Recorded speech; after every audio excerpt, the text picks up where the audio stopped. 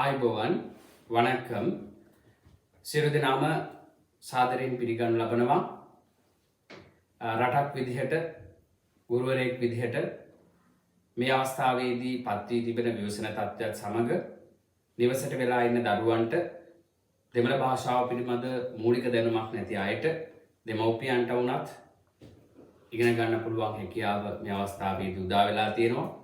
මම හිතනවා දරුවෝ ඒ වගේම දෙමව්පියන් නිවැරදි මාර්ගය තෝරගෙන තියෙනවා. හරි තැනට දෙමළ භාෂාව ඉගෙන ගන්න ඇවිල්ලා තියෙනවා කියන එක මම විශ්වාස කරනවා.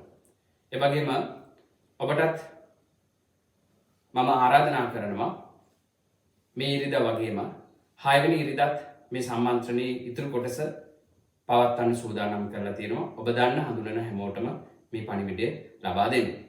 හොඳයි, එහෙනම් අපි මුලින්ම අපි ආරම්භ කරමු දෙමළ භාෂාවේ මූලික સિદ્ધාන්ත පිළිබඳව දැනුමක් නැති සියලු දෙනාට අයන්න අක්ෂරයේ සිට අද දවසේ අපේ සම්මන්ත්‍රණය ආරම්භ කරමු. හොඳින් මතක තියාගන්න, භාෂාවක් ඉගෙන ගන්නකොට ඒ භාෂාවේ මුල කොටසේ සිට භාෂාව ඉගෙන ගැනීම ඉතාමත් වැදගත් කාරණාවක්. ඒ නිසා මම තෝරගන්නවා දෙමළ හෝඩිය කියන පාඩම, එහෙම නැත්නම් දෙමළ හෝඩිය කියන විෂය කරුණ එතන සිට පාඩම මුල සිට සරලව පාඩම ගොඩනගන්න. එහෙනම් මම වැඩි කතා කරන්න යන්නේ නැහැ. වැඩි කතන්දර අවශ්‍ය නැහැ. ඩේටා ප්‍රමාණය ඉතුරු කරගෙන පරිස්සමින් පාඩම අපි ආරම්භ කරමු. ලියන්න මාතෘකාව දෙමළ හෝඩිය. දෙමළ හෝඩිය. අපි මෙතනින් ආරම්භ කරමු පාඩම. දෙමළ හෝඩිය. ලියන්න මාතෘකාව දෙමළ හෝඩිය. දෙමළ වලට දරුවනේ අපි කියන්නේ දෙමළ භාෂාවෙන් තමිල් කියලා. දෙමළ වලට අපි කියනවා තමිල් කියලා. හෝඩියට අපි කියනවා අරිච්චු අඩි. ආයෙත් මාත් එක්ක ගියමු. දෙමළ වලට අපි කියනවා තමිල් කියලා. දෙමළ වලට අපි කියනවා තමිල් කියලා. හෝඩියට අපි කියනවා අරිච්චු අඩි කියලා. එතකොට දෙක එකතු වුනහම අපි මේක උච්චාරණය කරන්නේ තමිල් අරිච්චු අඩි. මේක උච්චාරණය කරන්නේ තමිල් අරිච්චු අඩි. දැන් මම විශ්වාස කරනවා මෙතන වයස් සීමාවක් නැතුව සෑහෙන ප්‍රමාණයක් රැඳිලා ඉන්නවා. එතකොට මම උගන්වන්නේ ඔබ කිසිම දැනුමක් දන්නේ නැහැ දෙමළ භාෂාව පිළිබඳ, ඔබට කිසිම දැනුමක් නැහැ කියන තැන ඉඳලා. ඒ නිසා ඔබත් එතන ඉඳලා ඉගෙන ගන්න. එතකොට මේ අපි කරන වැඩපිළිවෙල ව්‍යායාමය සාර්ථක වෙනවා. එහෙනම් මම දෙමළ හෝඩිය කියන එක දෙමළ අකුරුනුත් තියෙනවා. පුළුවන් අය ලියන්න, බැරි අය ලියන්න සූදානම්. බැරි අය ලියන්න එපා. මේ තියෙන්නේ ත අක්ෂරය. ම මි අල් තමිල් අ ri ach chu wa di Tamil අරිච්චුවයි. හරි.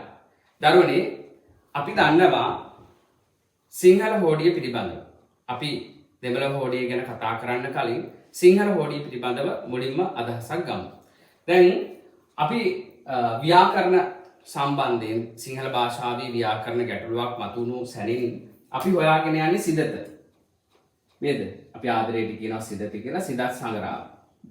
ඒතකොට සිදත් සංග්‍රහයේ සිංහල හෝඩිය පිළිබඳව මෙන්න මෙහෙම අදහසක් තියෙනවා. පණකුරු පසෙක් එද ලොහුකුරු වේයින් දසවේ ගතකුරුද වේ කියලා මේ විදිහට විස්තරාත්මකව කොටසක් තියෙනවා. දරුවනේ ඒක කියනවා පණකුරු කියලා නමක් කියවෙනවා අපිට. පණකුරු පසෙක් එද ඔන්න ඔය විදිහට කියනවා. පණකුරු. ඊට පස්සේ කියවෙනවා ගතකුරු කියලා කොටසක්. දැන් සිංහල භාෂාවේ පණකුරු කියලා කියන්නේ ප්‍රාණාක්ෂර කියන අදහස. එහෙනම් මෙන්න මේ සිංහල භාෂාවේ තියෙන පණකුරු හෙවත් ප්‍රාණාක්ෂර කියන එක දෙමළ භාෂාවේ ඒ විදිහටම සඳහන් වෙලා තියෙනවා. එතකොට හොඳට මතක තියාගන්න සිංහල භාෂාවේ අක්ෂර මාලාව එහෙම නැත්නම් හෝඩිය ප්‍රධාන වශයෙන් කොටස් දෙකකට වෙන් කර ගන්නවා. එකක් ස්වර අක්ෂර, අනිත් අක්ෂරය එහෙම නැත්නම් අනිත් අක්ෂර ව්‍යංජන අක්ෂර. එක කොටසක් ස්වර ඊළඟ කොටස ව්‍යංජන. එනම් ආදරණීය මයි පුතේ දුවේ සිංහල හෝඩිය වගේමයි දෙමළ හෝඩිය කිසිම වෙනසක් නැහැ. ඒ ආකාරයෙන්මයි වෙන් කරගන්නේ. එකක් ස්වර අනිත් එක ව්‍යංජන. එහෙනම් ස්වර වලට අපි දෙමළ භාෂාවෙන් කියනවා උයිර් එළුතුක්කල් කියලා. දැන් මම කලින් කිව්වා ප්‍රාණාක්ෂර කියලා. දෙමළෙන් උයිර් කියලා කියන්නේ පනට. එතකොට ප්‍රාණාක්ෂර කියන අදහස කියවෙනවා අපිට උයිර් එළුතුක්කල් කියන එකකින්. උයිර් එළුතුක්කල් කියන මෙන්න මේ වචනයෙන් අදහස් කරන්නේ ස්වර අක්ෂර කියන එක. එහෙනම් පළවෙනි කොටස අපි වෙන් කරගන්නවා උයිර් එළුතුක්කල් ස්වර අක්ෂර. දෙවෙනි කොටස පුතේ ව්‍යංජන අක්ෂර. ව්‍යංජන අක්ෂර ව්‍යංජන අක්ෂර වලට අපි කියනවා මෙයි එළුතුක්කල්. ස්වර අක්ෂර වලට අපි කියනවා උයිර් එළුතුක්කල්. ව්‍යංජන අක්ෂර වලට අපි කියනවා මෙයි එළුතුක්කල්. හරි දේසි. හරි දේසි. එහෙනම් මම ලියනවා බලාගන්න. මෙයි එළුතුක්කල්. මෙයි එළුතුක්කල්. දැන් කාට හරි හිතෙයි සර් මෙයි එළුතුක්කල් කියද්දි සර් ලියලා තියෙන අල්ල යයන්න වැරදි. අල්ල යන්න වැරදි. සිංහල භාෂාවේ යයන්න හල් කරන්නේ නැහැ කියලා කාට හරි හිතෙයි.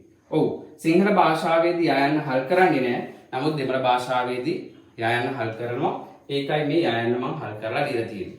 ඊළඟ කාරණාව තමයි මෙන්න මේ යයන්න. මූර්ත දලා යන්න.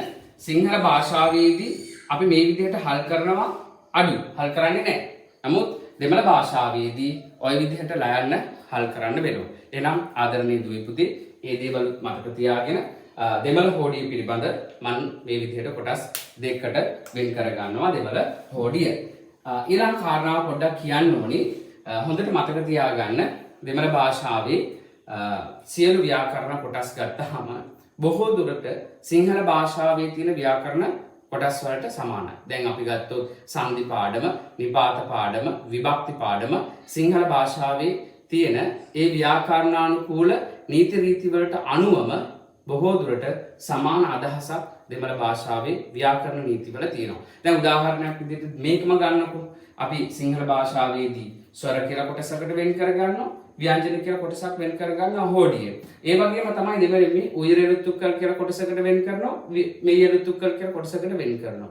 දැන් සංධි ගමුකෝ අපි නේද? පෙරපර වනන් නිසි විදිහට ගලපන සඳහන්. ඒ කියන්නේ පළවෙනි පදයේ අගාක්ෂරයයි දෙවෙනි පදයේ මුලාක්ෂරයයි දෙකම එකතු වීම සංධි කියලා කියනවා. දැන් ඒකම තමයි දෙමළ භාෂාවෙනුත් කියන්නේ. ඒ විදිහම. එහෙනම් හොඳට මතක තියාගන්න ඔබ අද දවසේ ඉගෙන ගන්න ආපු මේ විෂය ඒ තරම් අමාරු විෂයක් නෙවෙයි. හොඳට හරි තැනින් ඔබ දෙමළ භාෂාව ඉගෙන ගත්තා නම් බොහොම ආශාවෙන් මේ භාෂාව ඉගෙන ගන්න. එහෙනම් අපි සටහනක් ලියමු මේ විදිහට. දෙමළ භාෂාවේ අපි ලියුවා දෙමළ හෝඩිය එහෙම නැත්නම් තමිල් ආරච්චිවඩි. ඒ යටතේ මෙන්න මේ මම කියන සටහන ලියා ගන්න. දෙමළ භාෂාවේ ලියාගෙන යන මාත් එක්ක දෙමළ භාෂාවේ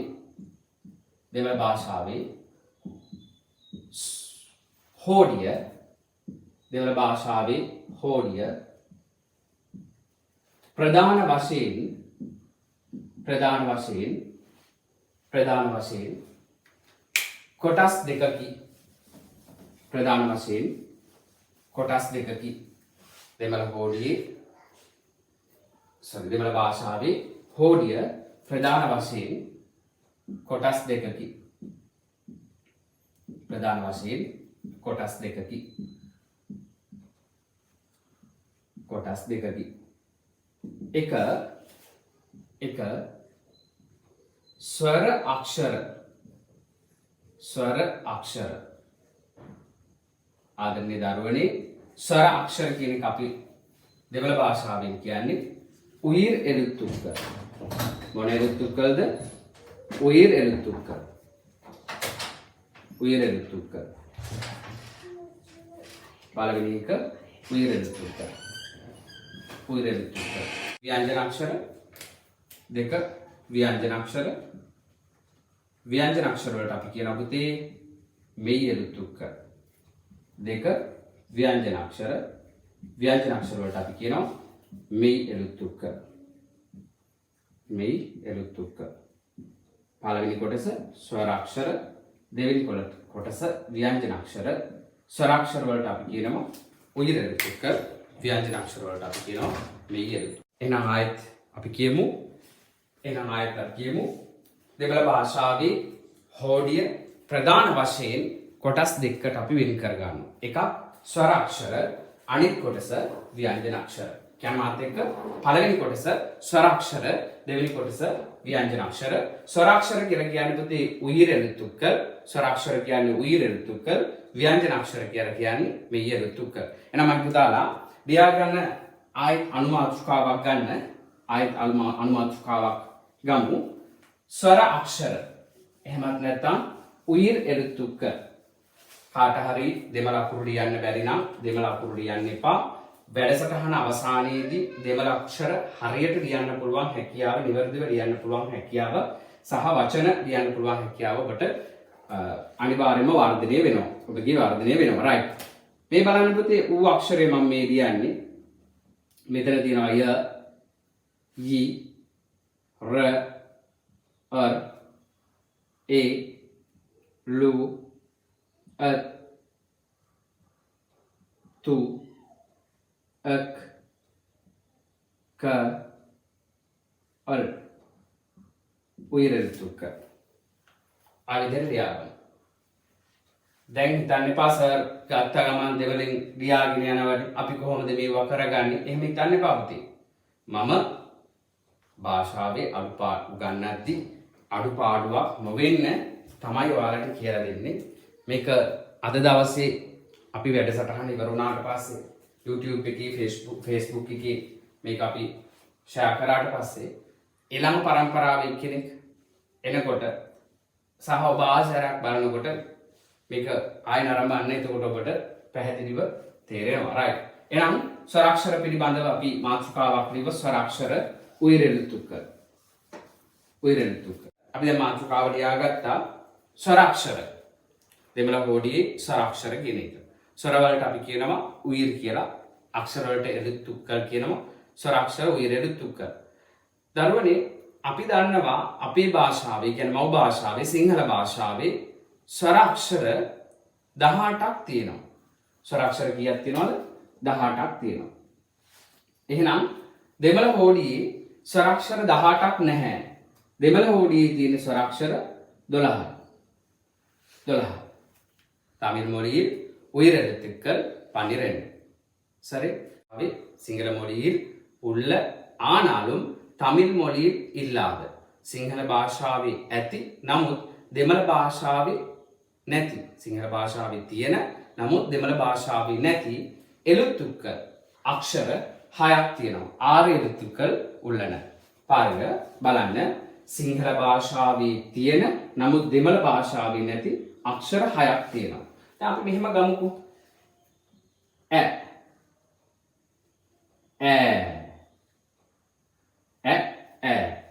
මෙන්න මේ දෙක සිංහල භාෂාවේ තියෙනවා.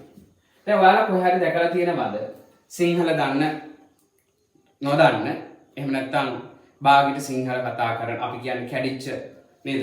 කැඩිච්ච සිංහල කතා කරන යාළුවෙක් ගත්තොත් දෙමළ යාළුවෙක් හරි මුස්ලිම් යාළුවෙක් හරි ගත්තොත් සමහර වෙලාවට මම මේ කැඩිච්ච කියන වචනේ කෙඩිච්ච කියලා කියනවා.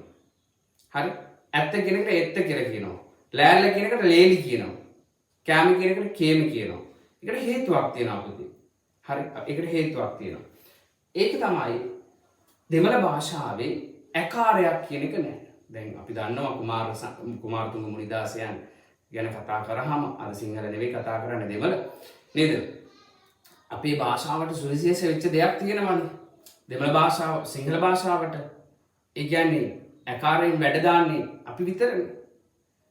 හරි? ඇකාරයක් තියෙන අපිට. එතකොට මේ ඇකාරය කියන එක එහෙම නැත්නම් අපි කියන්නේ ඇදේ කියන එක ඈ කියන શબ્දය සහ ඈ කියන අක්ෂරය කියන අක්ෂරය සහ ඈ කියන අක්ෂරය සිංහල භාෂාවේ තිබ්බට පුතේ දෙමළ භාෂාවේ නෑ. ඒ නිසායි ඇකාරයෙන් එහෙම නැත්නම් ඈ શબ્දය පාවිච්චි කරද්දී අනිකුත් දෙවන භාෂාව ඒ කියන්නේ දෙමළ භාෂාව කතා කරන අය මේක කතා කරන්න බැරි වෙලා තියෙනවා. ඒ වගේම පුතේ ඈ සහ තව තියෙන අකුරු දෙකක් ඉලු කියන එක. ඉරු මේ අකුරු දෙකක් දෙමළ භාෂාවේ නැහැ. මේ පැටලෙන හින්දා මුලින්ම කියලා දෙන්න මම. ඒ වගේම මෙහෙම අකුරු දෙකක් තියෙනවා. ඉරු ඉරු. ඈ ඉරු ඉරු සහ ඉරු ඉරු කියන මෙන්න මේ අක්ෂර ටිකත් ඔයා සිංහල භාෂාවේ තිබ්බට දෙමළ භාෂාවේ හොයන්න යන්න එපා. right? හොඳයි. එහෙනම් අපි බලමු මේ අකුරු 6 අඩු කරලා ඉතුරු 6 ඉගෙන ගන්න. ඔන්නපතේ මම සම්මත රටාවට කියලා දෙනවා. හොඳට මතක තියාගන්න.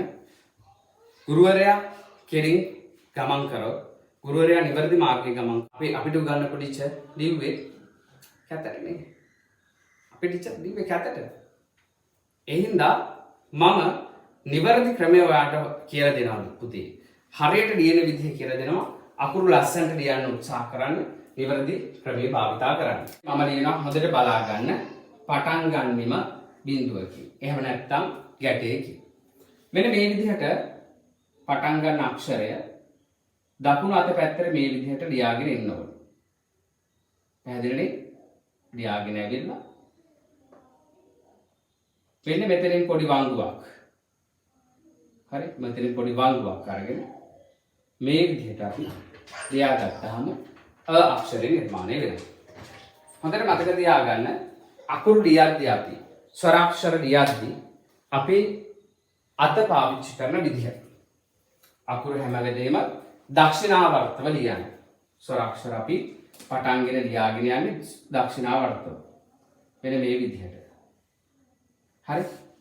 කිසිම හේතුවක් මත අකුර ලියද්දී පොතේ අත ගන්න එපා. හරි? ඒ කියන්නේ භාගයක් ලියලා ආපහු භාගයක් ලියලා ඒ කියන්නේ මගක් ලියලා ආපහු මගක් ලියන්න යන්න එපා. right? සමහර වෙලාවට මම අත ගන්නවා බෝඩ් එකකින් අත ගන්නවා. ගන්නේ ඔබට අකුර බලා ගන්න ඕනේ හින්දා. right? එහෙනම් මාත් එක්ක ආපහු සැරයක් බලාගමු, ලියාගමු. බිඳුවෙන් ආරම්භ කරා. මෙන්න මේ විදිහට අකුර නිර්මාණය කරගන්නවා. එතකොට නිර්මාණය වෙනවා අක්ෂරය. ඔබට මම රතු පෑනින් ඉරි දෙකක් ගහනවා. මෙන්න මේ විදිහට. මේ අකුරට මම රතු පෑනින් ඉරි දෙකක් ගහනවා. එකක් පහළින් එකක් ඉහළින්. මෙන්න මේ විදිහට. එතකොට මේ ඉරේ මෙන්න මේ කොටස් දෙක මේ මම ලියපු ඉරි දෙක වැදෙන්න ඕන. ඒ වගේ මේ අකුරේ මෙන්න මේ කොටසත් ඊළඟට අපි කියමු බඩ කියලා. මේ බඩ කොටසත් ගෑවෙන්න ඕනේ. ඔන්න පළවෙනි සම්මත රටාවට ලියපු පළවෙනි අක්ෂරය අයන්න අක්ෂරය. ලියාගමු අපි පළවෙනි අකුර අක්ෂරය. හොඳයි. ඊළඟ අකුර අපි ලියමු ඒත් එක්කම. දැන් ඊළඟ අකුර ලියමු. මුලින්ම අපි අක්ෂරය නිර්මාණය කරගත්තා. අයන්න අක්ෂරය. දෙවෙනි අවස්ථාවේදී අපි අක්ෂරය ලියන්න යන්නේ. අක්ෂරය හරි දේසි. අක්ෂරය හරි දේසි. අයන්න ලියන්න දන්න හින්දා අපි අයන්න ලියන්න දැනගත්ත නිසා ආයන්න ලියන එක ඒ තරම් අපහසු කාර්යයක් නෙවෙයි. ඔන්න ගැටේ හේවත් බිඳුවෙන් ආරම්භ වුණා. දකුණු අත පැත්තට ලියාගෙන ආවා. ආපහු වංගුවක් ගත්තා මෙතනින්. මෙතෙන්ට එනකන් ආවා. ඇවිල්ලා ආපහු උඩට ගිහිල්ලා ආපහු පහළට දිව්වහම අක්ෂර නිර්මාණය වෙනවා. ඊට පස්සේ මෙන්න මේ වගේ වක්‍රයක්. අපි කිව්වොත් පුංචි බාල්දියක් එහෙම නැත්නම් කෝක්කක් අමුණ ගත්තා. එතකොට මෙන්න මේ අතර දුර ඔබට හොඳට පේනවා මේ අකුරු දෙක අතර මේ සලකුණ යොදන්න ගත්ත මම දුර සහ මෙන්න මේ දුරත් ඔබට පැහැදිලි. එහෙනම් මයි පුතේ හරියට ලියනකොට බිඳුවෙන් පටන් ගත්තා, ගැටයකින් පටන් ගත්තා. මෙන්න මේ ආකාරයට අන්න ලියුවා. ආන්න පටන් ගත්තා. එහෙම නැත්නම් ආන්න නිර්මාණය වුණා අක්ෂරය. දැන් සර් මෙතනින් ගිහිල්ලා ආපහු මෙහෙට ගන්න ගියා. ඒ ගන්න ගියා අකුර ලස්සන කරන්න.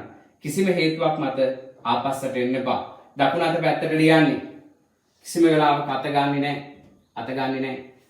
මම බැරි වෙලාවක් අත ගත්තොත් අත ගන්නේ අකුර ඔයාලට පේන්නේ නැති වෙයි කියලා හිතන අවස්ථාවලදී හොඳට මතක තියාගන්න සම්මත ක්‍රමය.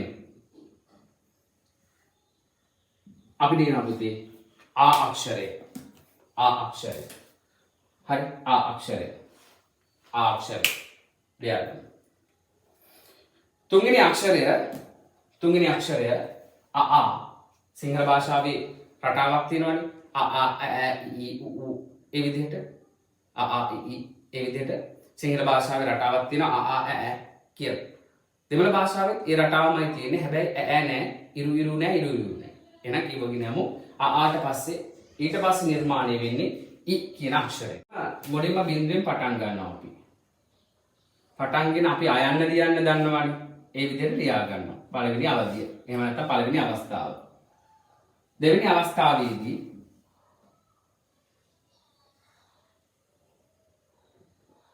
මෙන්න මෙතෙන්ට ගේනවා. මෙතනින් දීප එක පොඩ්ඩක් පල්ලෙහාට ගන්නවා. ඔන්න දෙවෙනි අවස්ථාව. තුන්වෙනි අවස්ථාවේදී ඒ ලියාගත්ත මෙන්න මේ අකුර මේ විදිහට ඉහළට ඇදගෙන එනවා. මම තිත්තිරක් ලියලා තියෙන තිත්තිර වගේක් ලියලා තියෙන්නේ. ඔයාලා තිත්තිර ලියන්න යන්න එපා. ඊවට කමක් නැහැ. ආය අකුරු ලියද්දි තිත්තිර එහෙම ලියන්න එපා. ඔන්න නිර්මාණය වුණා යි අක්ෂරය. දැන් මේක මම ලියලා පෙන්නන්න මේ විදිහට. හරි. ඔය තියෙන්නේ යි අක්ෂරය. යි අක්ෂරය. හරි. හතරවෙනි අවස්ථාවේදී මේ විදිහට ලියාගත්තාම ලස්සන අකුර. හරියට අකුරු ලස්සනට ලියන්න උත්සාහ කරන්න. අක්ෂර පැහැදිලිව ලියන්න උත්සාහ කරන්න. සාමාන්‍ය පෙළ විභාගයේදී ඔවට ලකුණු තියෙනවා. right. ඔය ඉතින් මම පුතේ දුවේ යි අක්ෂරය. හතරවෙනි අකුර අපි බලමු. හතරවෙනි අක්ෂරය ඊ කියන අක්ෂරය. ඊ අක්ෂරය හරි ලේසි. ඊ අක්ෂරය හරි ලේසි. පහළ සිට ඉහළට ඉරක් මේ විදිහට ඇඳලා දකුණු අත පැත්තට මේ විදිහට ඉරක් අඳ ගත්තාම මම දැන් අත අයින් කර ඔබට පැහැදිලි කරන්න. පහළ සිට ඉහළට ඉරක් ඇඳලා නමුත් මේ පැත්තට ඉරක් ඇඳලා ආපහු හරි මැදින් මේ ඉරේ හරි මැදින් පල්ලෙහාට මේ වගේ ඉරක් ඇඳගෙන මේ වගේ තිත් එකක් තියෙනවා. දැන් කාට හරි හිතේ අත ගන්න අත ගන්නේ නැතුව ලියන්න කිව්වා කියලා. ලිව්වා. නමුත් මේ බිඳුව තියන්න අත ගන්නනේ කියලා. ඉතින් ඒකට අත ගන්න වෙනවනේ. right. අන්න නිර්මාණය වෙනවා පුතේ ඊ කියන අක්ෂරය. කියන අක්ෂරය ඊ. මම පොඩ්ඩක් වේගය වැඩි කරගෙන යනවා. පස්වෙනි අක්ෂරය උයන්නට සමාන අක්ෂරයක්. හරි ලේසි. බිඳුවෙන් පටන් ගත්තා. මේ විදිහට ලිව්වා.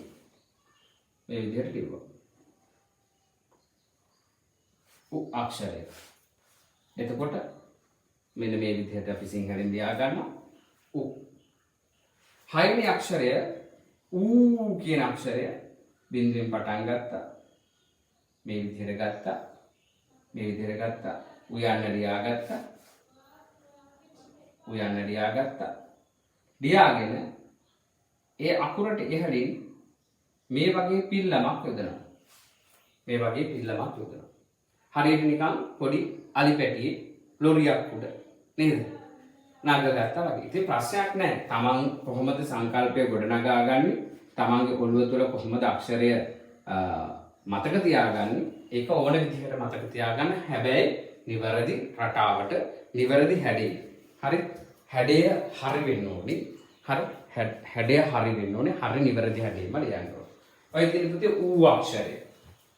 ඔය තුනේ ඌ අක්ෂරය. එහෙනම් ඊ උ කියන අකුරු 6 අපි මේ වෙනකොට ඉගෙන ගත්තා. එහෙනම් මාත් එක්ක ආපහු සැරයක් දැන් ගන්න කොළ කෑල්ල ටියුට් එක දීලා තියෙනවා මම. ටියුට් එකත් බලන ගමන් ටියුට් එකේ හොඳට දැනුම සම්බන්ධයෙන් නේද?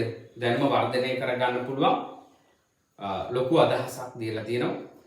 ඒවා හොඳට කියවන්න දෙමව්පියොත් එක්ක පුංචි දරුවෝ ලොකු දරුවෝ ඒකේ තියෙන අභ්‍යාස ටික කරන්න. ඒ වගේම කියවා ගන්න සටහන් පොතේ ලියන්න. හරි? right. ටියුට් එක දුන්නේ අමතර දැනුම වර්ධනය කරගන්න. එහෙනම් මයි පුතා රදුවලා නැවත වතාවක් මතක් කරගෙන ඉමු අපි දීපු අක්ෂර ටික. මුලින්ම අපි ලියුවා අ අක්ෂරය. ඊළඟට අපි ලියුවා ආ අක්ෂරය. इ अक्षरය ඊ අක්ෂරය උ අකුර ඌ අක්ෂරය ඒ right අපි මෙන්න මේ අකුරු 6 මුලින්ම ඉගෙන ගත්තේ අ ඊ උ ඒ වගේම ඌ කියන අකුරු 6. එතකොට සිංහල භාෂාවේ තියෙන අ ආ ඊ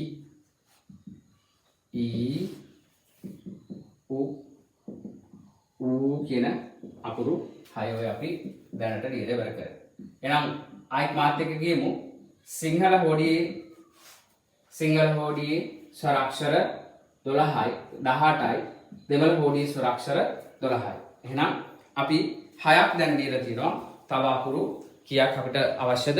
තව අකුරු 6ක් අවශ්‍යයි. බලමු අකුරු 6 මොකක්ද කියලා. හොඳයි. ඊළඟ අක්ෂරය මම මෙන්න මේ විදිහට ලියනවා. ඒ කියන අක්ෂරය බලන්න ඒ කියන අක්ෂරය 7 වෙනි අකුර ඒ 7 වෙනි අක්ෂරය ඒ කොහොමද ලිව්වේ? බිඳුවකින් පටන් ගත්තා. මේ විදිහට ඉරි කෑල්ලක් දකුණු අත පැත්තට ගෙනාව. ආපහු පල්ලෙහාට පිටිපස්සට ගෙනාව. ඔය විදිහට පල්ලෙහාට ඉරක් ඇඳලා නිර්මාණය වුණා. ඒ කියන අක්ෂරය මම අදාළ සිංහල අකුර ඉදිරියෙන් ලියනවා. දැන් ඔබට තේරෙනවා ඇති කොයිතරම් ලේසිද අකුරු ටික ලියා ගන්න කියලා. ටියුට් එකේ තියෙනවා අකුරු ලියන විදිහ පුරුදු වෙන අභ්‍යාසය. ඒ අභ්‍යාසය හොඳින් ඒ අභ්‍යාසවල යෙදෙන්න. ඊළඟට මම ලියනවා පුතේ ඒ කියන අක්ෂරය. මම මුලින්ම ලියුවා ඊට පස්සේ ඔබට පැහැදිලි කරා. බිඳුවේ පටන් ගන්න මේ විදිහට යන්න වගේ අරගෙන ඉන්න. නැවත මේ විදිහට පිටිපස්සට එන්න. පල්ලෙහාට ඉරක් අඳින්න. ආපහු අවසානයේට මෙන්න මේ ලියාගත්ත යන්න අක්ෂරයට පස්සේ මේ විදිහට පහළට නැවත ඉරක් ලියන්න. එතකොට නිර්මාණය වෙනවා ඒ කියන අක්ෂරය. හොඳයි. එහෙනම් ලියාගමු ඉක්මනට ඒ අකුර ඊට පස්සේ ඒ අක්ෂරය හරි ලේසි.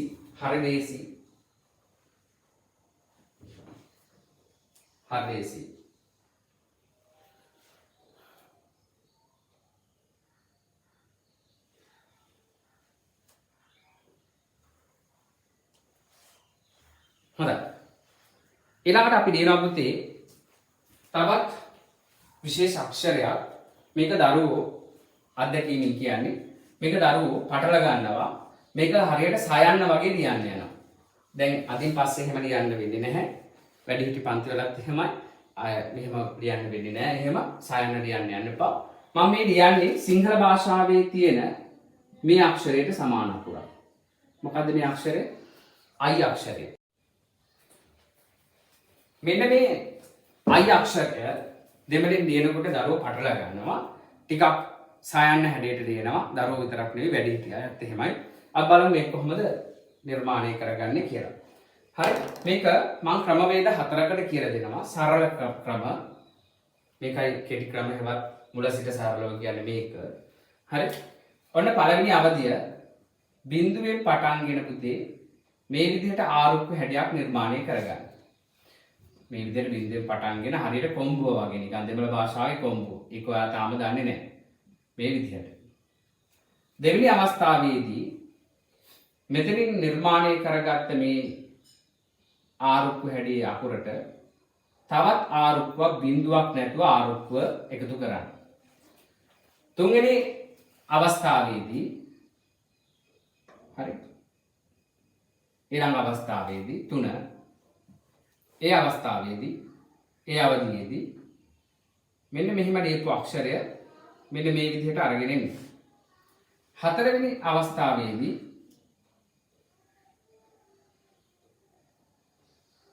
ඒ ලියපු අකුර මෙන්න මේ විදිහට ගොඩාක් උඩට ගන්නත් එපා. මේ විදිහට මේ දෙන්න ඉස්සරහින් ඉස්සරහ කියන්නේ සම්මුඛව මුණ ගැහෙන්න ඕනි. පස්වෙනි අවස්ථාවේදී එන්න ඒ දීපු පස්වෙනි අවස්ථාවේදී එන්න ඒ දීපු අකුරේ හරි ඒ අකුරේ මේ විදිහට අවසන් කරගන්න. හරි. දැන් මේ අකුරු ලියනකොට සර් අත ගත්තා කියලා කාට හරි හිතේ. ඔව් මම අත ගත්තා. අත ගත්තේ ඔයාලට අකුරෙන් අකුර ලියලා පෙන්නන්න. රයිට්. මෙතනින් අවසන් කරගත්ත අක්ෂරය මේ විදිහට අපි අවසන් කරගන්න ඕනේ. මෙතනින් ඉවර කරපු මේ හැඩේ ලියපු එක අපි ඊළඟ අවස්ථාවේදී මේ විදිහට ලියලා අවසන් කරනවා. එතකොට එතනදී නිර්මාණය වුණේ I අක්ෂරය. එතකොට මෙතනින් හිඩසක් තියෙනවා, මෙතනින් හිඩසක් තියෙනවා. ඒකත් මතක තියාගන්න. හොඳයි. ඊළඟට අපි ලියමු O කියන අක්ෂරය. බලමු අපි කොහොමද O කියන එක නිර්මාණය කරගන්නේ කියලා. O අක්ෂරය බලන්න. මෙන්න මේ විදිහටයි ඒක අපි ලියන්නේ. ඇති වෙලාව මේක ලියාගන්න. ඊළඟ අකුර පුතේ O අක්ෂරය ඔයන් බින්බින් ලියන්නේ. ලියපු අක්ෂරය මෙහෙමයි ලියන්නේ බලන්න. බින්දුවෙන් පටන්ගෙන මම කියවනේ අර පොඩි ආරුක්කු හැඩයට ගන්න කියලා අකුර. අන්න ඒ වගේ ගන්න ඕනේ. හරි? ඒ වගේ ගන්න ඕනේ. I අකුර ලියන්නේ මුලින් පටන් ගන්න මේ විදිහට. නමුත් ඊට වඩා පොඩ්ඩක් අපි අකුර උඩට ගන්නවා මෙන්න මේ විදිහට. එතකොට තමයි නිවැරදි හැඩේ එන්නේ. ඔන්න ඔය විදිහට ලියාගෙන මම අත ගත්තා. අත ගත්ත ඔබට කියලා දෙන්න. පළවෙනි අවස්ථාව. දෙවෙනි අවස්ථාවේදී මෙන්න මේ විදිහට නිර්මාණය කරගත්තා. දෙවෙනි අවස්ථාව. තුන්වෙනි අවස්ථාවේදී මේ විදිහට ඇතුළට ගියපු එක මේ විදිහට එළියට ගන්න. ඔය වගේ කොටසක්. හතරවෙනි අවස්ථාවේදී අන්න ඔය විදිහට නිර්මාණය කරගන්න. ඔය ලියවිලි අපි O කියන අක්ෂරය. ඔය විදිහට අපි O කියන අක්ෂරය.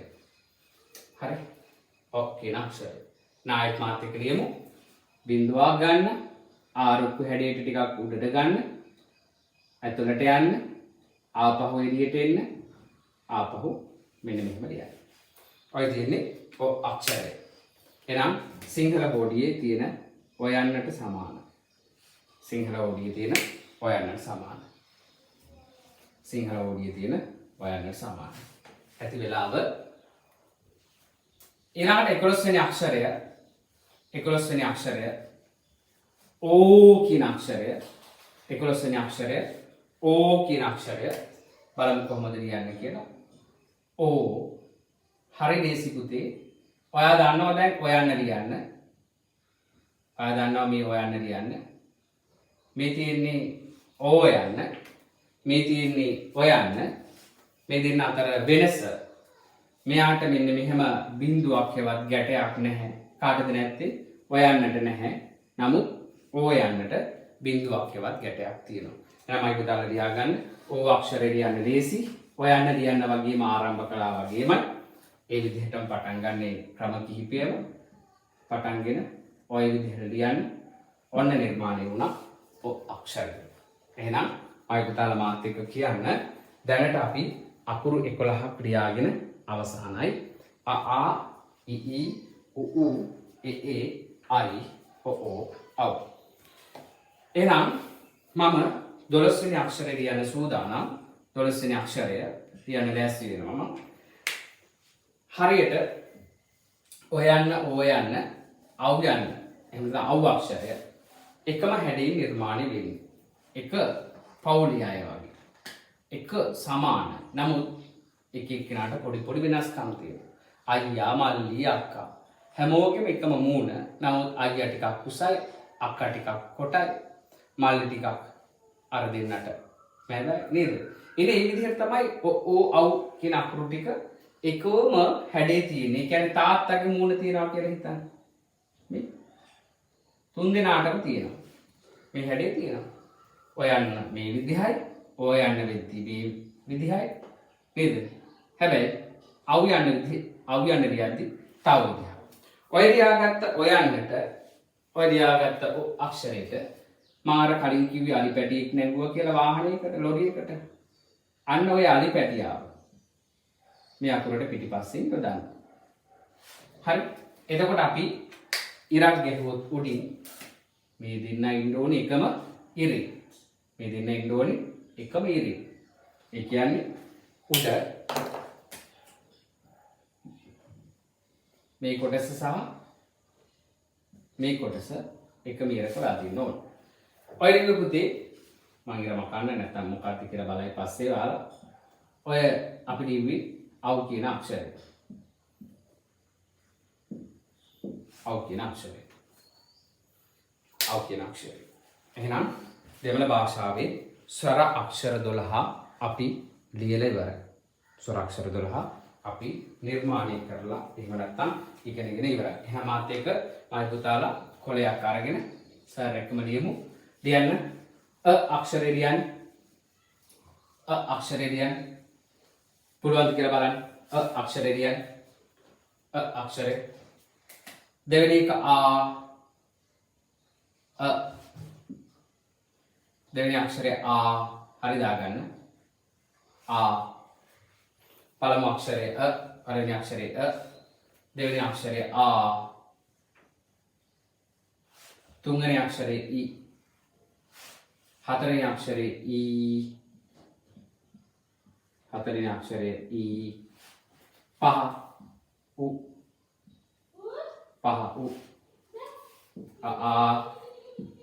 මයික් ඔෆ් කරගන්න. ගෙවල් ඇතුලේ කතා කරන දේවල් අපිට ඇහෙනවා. පුස්වන්න ගහනවා, බල්වන්න ගහනවා. ඒක කමන්නේ. නමුත් අනිත් අයට ඒක ඩිස්ටර්බ් වෙන්න පුළුවන්. ඒ හින්දා මයික් ඔෆ් කරගමු. ඊ උ. ඊළඟට ලියන්න ඌ. ඊළඟ අකුර ඌ. ඊළඟ අකුර ඌ. ඌ. ඒ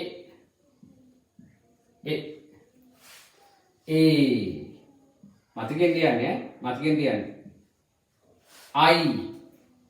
ඊළඟ අකුර අයි. අයි. ඊළඟ අකුර අයි. අයි. ඔ. අයි. ලියරයි බලන්නේ ඔ. ඕ. ඕ. අව්. අව්. ඔය විදිහට අකුරු 6 මුලින්ම අපි ඉගෙන ගත්තා. ඊට පස්සේ ඔය විදිහට අකුරු 12 ස්වර අක්ෂර 12 අපිට නිර්මාණය කරගන්න පුළුවන්.